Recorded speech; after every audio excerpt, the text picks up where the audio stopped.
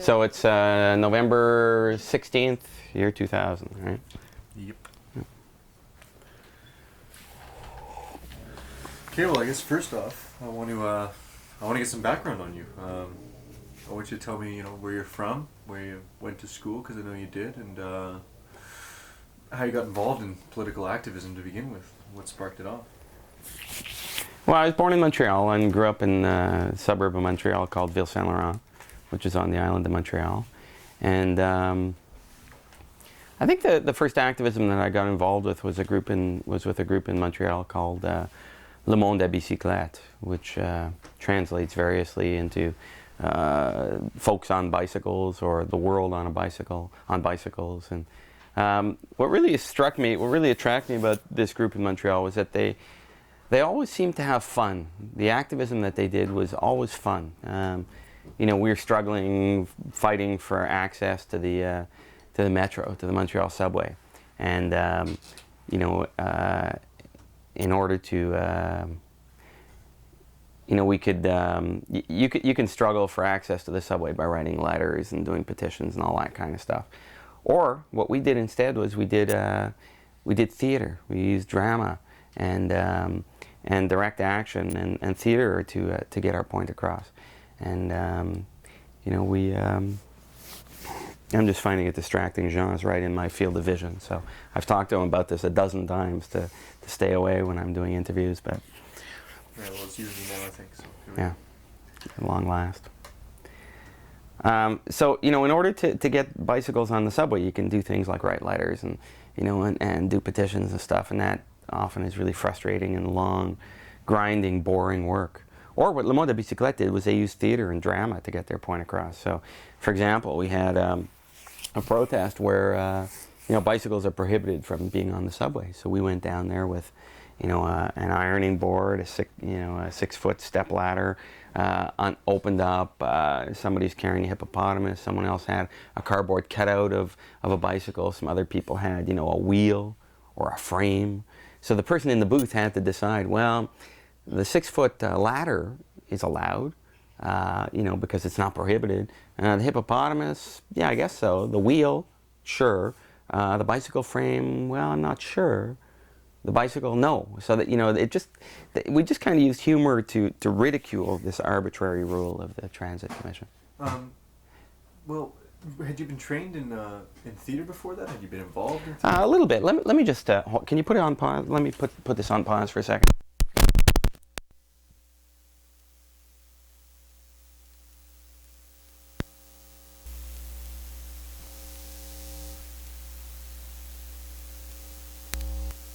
How's it framed there? Look okay? Yeah, it looks okay to me. Okay. You want to pick up the headphones just to make sure the sound quality is still okay?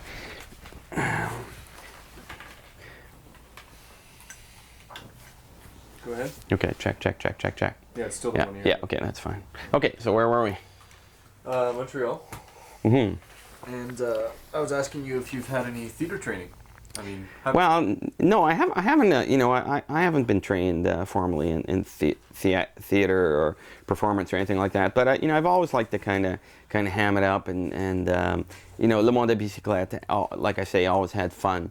When there were mass rides, kind of like critical mass rides, but this was in the 70s. There would always be big flags flying behind the bikes. There was a sense of drama, there was a sense of color, there was a sense of performance, and there was a sense of fun. And if you have fun when you're doing these, call them protests or call them theatrics, if you're having fun, people are attracted to come back again. If you're kind of out there with your placards and say, we want access to the metro, right? And it's all very grim and somber and serious. Well, some people are attracted to that, but it doesn't. I don't think it really cuts across the. I don't think it's nearly as attractive as if you're having fun. So we used, like I say, we used drama. I mean, at one point we had this ongoing struggle, this ongoing battle to get access to the metro, because Montreal's an island, and there are a limited number of bridges going off the island to the North Shore and to the South Shore, especially to the South Shore. And most of the bridges, just about all the bridges, prohibited access by bicycles. So you were basically, if you want to get off the island of Montreal with your bicycle, you basically had to drive off the island with your bicycle on your car. So that's why we were fighting to get on the metro. One of the main reasons was because the metro took people to the South Shore, and you know, we had done our homework. We did the basic homework. You know, you're allowed in many cities in North America. This was in the 70s. Bicycles were allowed on the subways. Why not Montreal? It was just an arbitrary prohibition with no good reason. You know, I actually did it later on, you know, to jump ahead a few years and get things out of sequence. In the early 80s, I moved from Montreal to Edmonton to work for the Alberta government, doing presentations to children in elementary schools about saving energy. And I traveled around the province with a co-worker and with our puppet friends, and we used puppet shows, you know, dramatic shows, puppets and skits and drama to talk about turning off the lights, closing the door in the wintertime, riding your bike instead of taking your car, that kind of stuff. And we used drama there, and I learned a lot of skills of how to perform from doing that. Like how do you make your point in a way that gets the kids laughing. And when they're laughing, they can actually hear the message that you're trying to get across. I mean, if you're up in front of the class and just kind of lecturing them, you know, there's a tendency to turn off and fall asleep. And I think that's relevant to politics in a big way, because, you know, if I make a point about homelessness or about smog or something, and I'm sitting here talking to you as a talking head, there are some intellectuals who will sit down and consider what I have to say, and you know, maybe they'll get to thinking and considering, and maybe I could win them over, or maybe they can, you know, their minds will expand a bit to consider the point I'm making. But fact of the matter is, the news these days, and most of what you see on TV and on radio for that matter, is entertainment.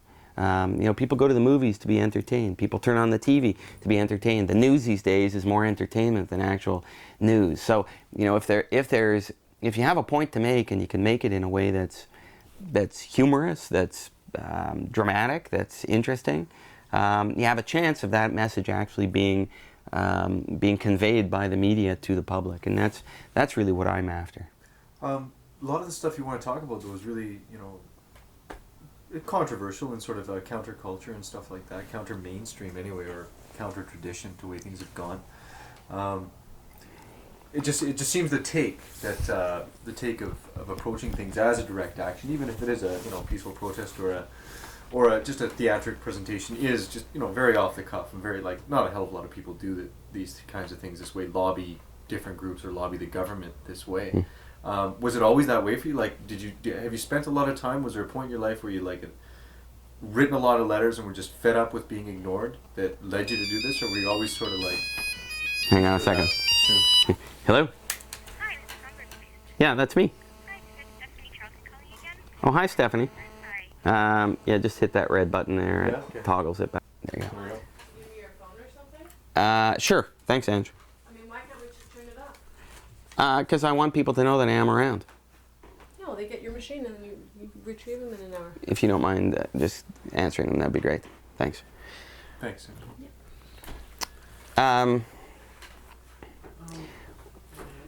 Well, you know, first of all, I'm not sure that these ideas are, you know, you portray them as counterculture ideas, and a lot of it is how you portray the message. You know, smog, you know, clean air. I don't think that's a counterculture ideal or an idea. You know, stopping the sprawl. That's not counterculture. That's pretty mainstream. You know, safer streets for kids to play on. I mean, that's mainstream. That's what everybody aspires to. So, you know, the question of the second part of your question was, repeat it again. Like, I agree with you absolutely on all that stuff.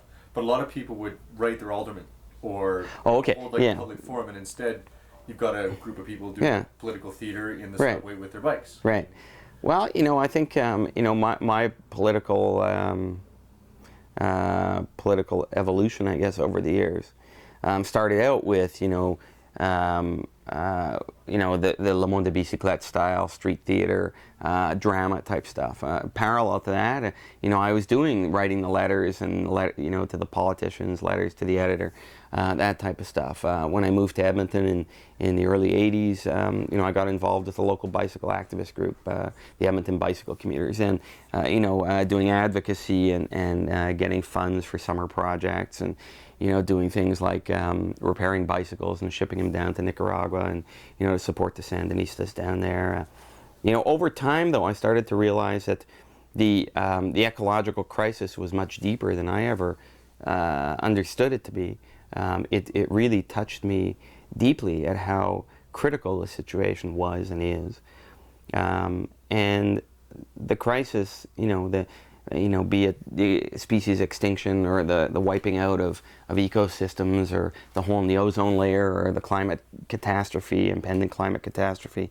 All these things, when I think of them, one part of me is completely immobilized and feels powerless. But then there's this part of me that says, well, okay, what do we do about it? I mean, it's one thing to know that there are these serious problems, but that just tends to paralyze you. And unless you can inject some sense of action, we're cooked. So that's really what intrigues me and this is what I see the work that I've really been doing over the past 25 years is how do you bring about change in society? Wrestling with that question. And I don't claim to have any magic tool in my toolbox, but I do know that many of the tools that environmental organizations, social justice organizations, many of the tools that we use for change are the same tools used over and over again. And some of the other tools that are in the toolbox sit there idle, but are actually very effective tools. So, when you ask me about, about the Le Monde à Bicyclette style of activism, or of, going out on Clinton Street and ordering a truckload of grass and laying down the sod on the road so that the pavement disappears. These are different tools for bringing about change. I think there's an intellectual side of us, where you can make the argument and maybe win the argument or lose it or debate it at least. But there's also the emotional side, which is often overlooked by groups working for social change. But, if people can have fun, this new way of doing things actually feels better than the old way. And I think you get through to people on some other level, some deeper level. Yeah. That's admirable, but sometimes those tools are controversial enough to get you arrested, and you have been a number of times. Mm-hmm. That's sort of, to me, what seems to be the fringe of activism. I mean, I've been on sort of the fringe of several protests and actions and things, but I've never been one of the people getting cuffed and stuffed. And it's happened to you, several times. I mean, how did you make that decision? Did it come as the first time it happened to you, did it come as a complete surprise, or were you expecting it, or how did you decide to put yourself in that kind of situation? What was the circumstance? Well, the circumstance was 1977, I guess it was. And I was down at college in a place called Hampshire College in Amherst, Massachusetts, studying environmental studies. And, there was training going on against the nuclear power plant that was going to open, I don't know, maybe 100, 150 miles away, the Seabrook nuclear power plant. And there was training going on at the university of how to engage in nonviolent civil disobedience, how to put yourself on the line to be, to make the case, make the statement, make the point that that you as an individual feel so strongly about this being a mistake, this nuclear power plant being built, that it was a mistake. Then not only would you write the letters and talk to friends and push the politicians, but you'd actually go out there and potentially get arrested and suffer the consequences of that arrest because he felt so strongly about a moral conviction. And you say this is fringe or marginal or extreme. Some people say it's extreme and so forth.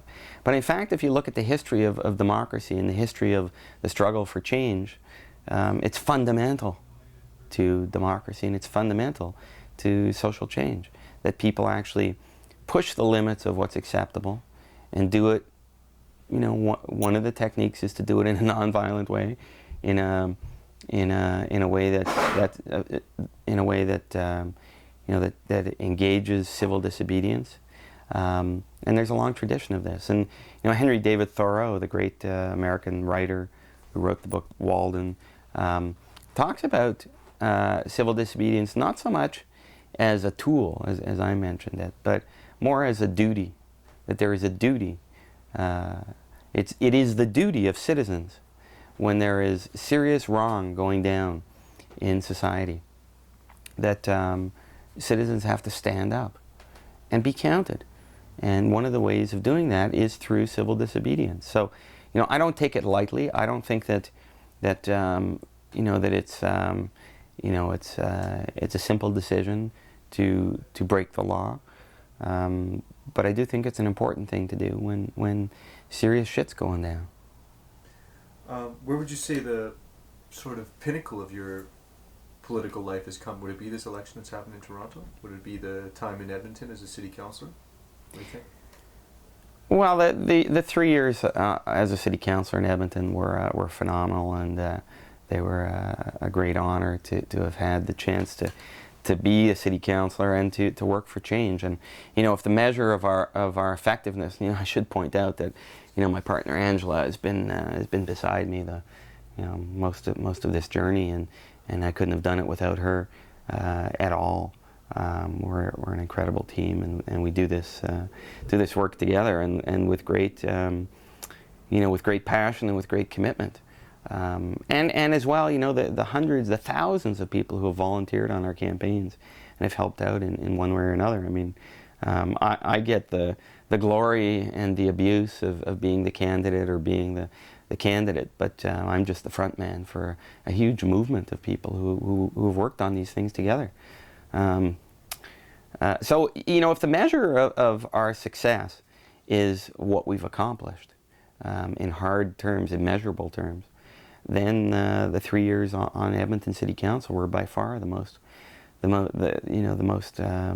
gratifying and the most productive years of activism, because once you're in that seat of at City Hall as one of the city councillors, making the decisions and moving the motions and getting the reports from the administration and writing the letters and then calling the administration in for discussions and so forth, you can do amazing things. You have a chunk of power that can actually be used for moving this the social justice, environmental agenda forward in some pretty substantial ways.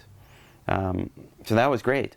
On the other hand, I've come to realize that the activism that we do often has impacts that are not apparent immediately after we push for something. So for example, this election in Toronto, we have no idea the impacts of what we've done. We've made a case for an ecological, just city. And 51,000 people were able to hear that message through the media noise that was out there, and responded by saying, "Yeah, this makes sense to me." Many of those people are changed in some way forever, and I don't say that lightly, and I'm not making it up. I mean, we get email messages from people who are just so enthusiastic about what we've done, and I've been riding around on my bicycle today. I've kind of been in hibernation for a couple days. Today I was back out on my bike, and people are cheering as I ride my bike by. People are very, very excited about what we've done here. So I believe that one thing leads to another, and I like to leave my agenda open in order to leave space for whatever appears, whatever comes next. We can follow that that sound. 2 months ago, we never planned. I mean, I should say right off. I mean, we never planned to do this run for mayor. It seemed like the right thing to do. I mean, here was an incumbent mayor, popular by all accounts, who was going to be virtually acclaimed. There were other candidates running against him, but nobody really prepared to put on a serious campaign with leaflets and materials and well thought through platform and so forth. The progressive community was basically saying, well, he's going to get reelected, why bother? We believe that we have a compelling vision for a progressive society that talks about ecology, it talks about justice, it talks about the scourge of homelessness in our city. There's no way that Mr. Lassman should parade right back into City Hall without having a debate about his views and other views, without having a discussion about, why the Olympics, right? And what's with these moose on the streets, and what about the garbage problem, and what about recycling and biogas and so forth. So we felt that there was a forum here, an opportunity for consideration of the future of our city. And are you saying, is the community saying that no one will get in the ring with Mr. Lastman to put forward a different vision? So we felt, well, what the heck? Let's, we can do it. We know that within our community we have good ideas. We know that we can put them down on paper. We know that we can articulate them. We know that we can have fun. And we basically said, look, if we can have fun and if we can raise the issues and not go into debt, then why not do it? And that's really how the ball got rolling. And again, maybe just to add, I say one thing leads to another. I also am a firm believer in getting the ball rolling and getting the snowball moving, and maybe it'll pick up momentum and it'll turn into a huge snowball. Maybe it'll just stay small and it'll melt away. Who knows? But the trick is to get the ball rolling. If you don't show up, you have no chance of being part of the game. So we figure, okay, we'll show up and we'll see what happens. Are you going to continue to pursue debate with Mr. Lastman about the stuff that you know about? Well, of course, and it's not just with Mr. Lastman. I mean, I came to the realization a few weeks into hounding or chasing after Mr. Lastman that as much as anything, the debate that we're after is a debate with the media. It's a debate amongst the community. It's a debate, it's a debate, it's a collective debate. Does it make sense to continue to burn coal at the Lakeview power plant when there are other alternatives? Would the community be prepared to pay a bit extra in order to set up a solar power plant, or a solar manufacturing plant to build solar panels here in Toronto, pay a bit more for the electricity, but pay less in our healthcare costs? Are those things, are people interested in that? It astounds me that the day or two after the election, City TV wakes up and says they're going to have a 3-part television series on concerns that Torontonians have about their city and visions about what the city could become. I mean, where were they over the past 2 months? That was the time when the debate should have happened. I mean, leading into an election, that's when you should have the debate, so that people can say, we believe in this, we don't believe in that. We want to see this, we don't want to see that. We like what Lastman's saying, we don't like what Gomberg's saying. We think that the Olympics make sense, or they don't make sense. All that kind of stuff. And that was a debate that was sorely lacking in this election. And really, if there's a disappointment in what we accomplished, the big disappointment is that Mr. Lastman wouldn't debate me in a public way, and I think he ripped off the public and ripped off the democratic process in a deep way.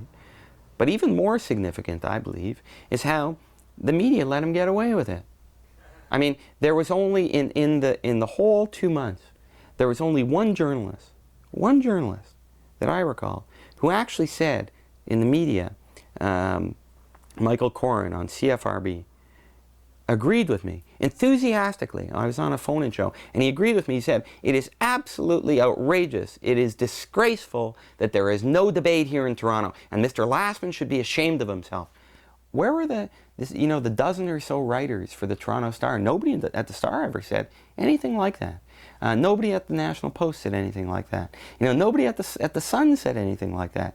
Nobody at the Globe and Mail said anything like that. Nobody on CBC said anything like that, to my knowledge. And it's outrageous to me that the media just kind of sat back and said, well, that's his choice if he doesn't want to debate you. I don't think it's his choice. I think that it's the election belongs to the public. It does not belong to Lastman. It doesn't belong to Gomberg. It belongs to the public. And the public was saying that he should debate me. And we went out and did a street poll outside Mr. Lastman's office. 85% of the people, we polled over 600 people. 85% of them said, absolutely, he should debate Gomberg. It's obvious. Well, apparently he has a fair amount of, just enough clout in this city to not warrant media attention to any of his competitors. And I agree with you, that's a shame. But I mean, that's really indicative of the power he was going into this thing, just the popularity wave that he was riding going into it. That had to be pretty damn intimidating for you. Like, was there ever actually a point? I mean, you say you were successful in raising these issues and getting people talking about them, and raise it. You got over 50,000 votes. I mean, that's pretty good. But was there a point where you actually really thought you could win this thing? Oh yeah, I mean, the last 2 weeks of the campaign, we thought we could win it. I mean, you kind of figure that if you're putting out substantial, good ideas that that by many measures are better than the other guy's ideas, you kind of figure, well, people will consider this, consider that, and then they'll vote on the basis of the ideas.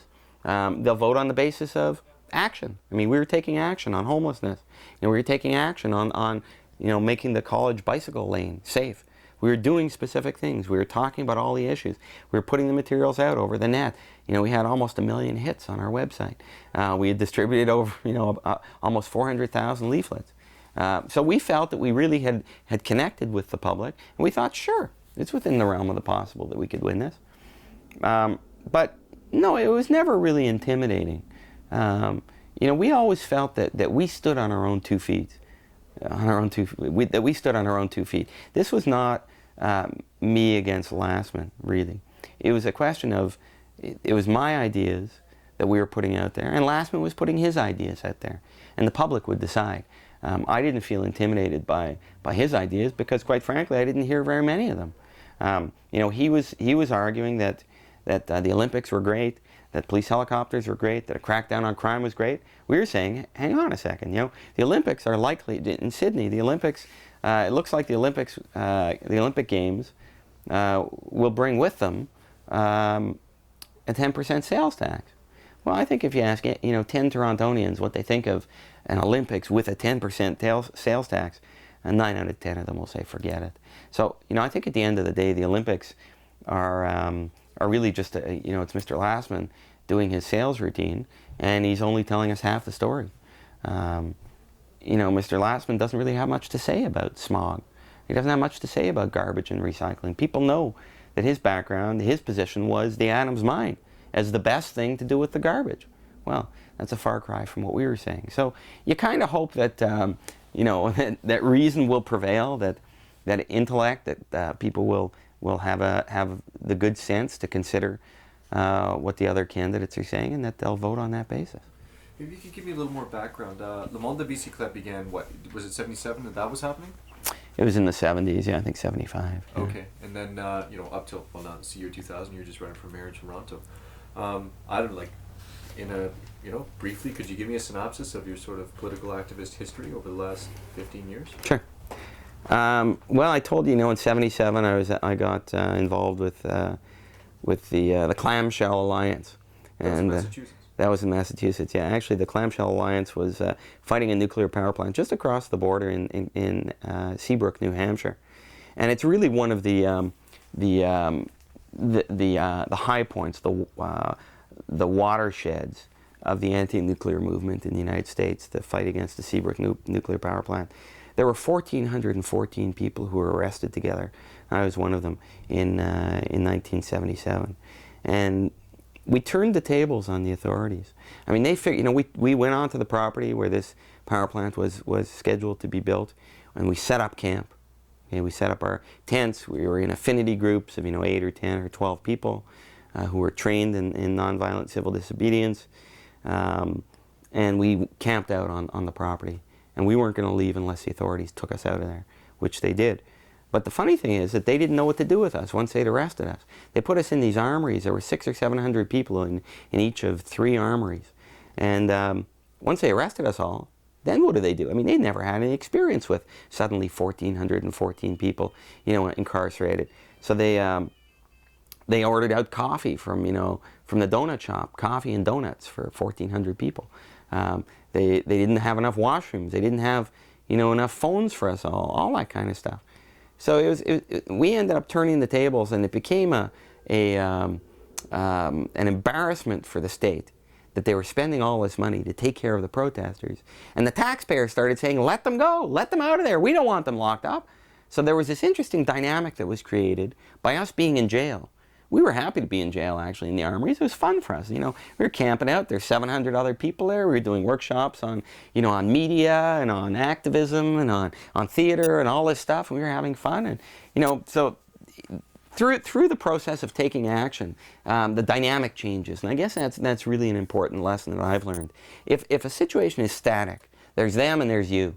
They don't care about bike paths, and you care about bike paths. That's the end of it. The situation is static.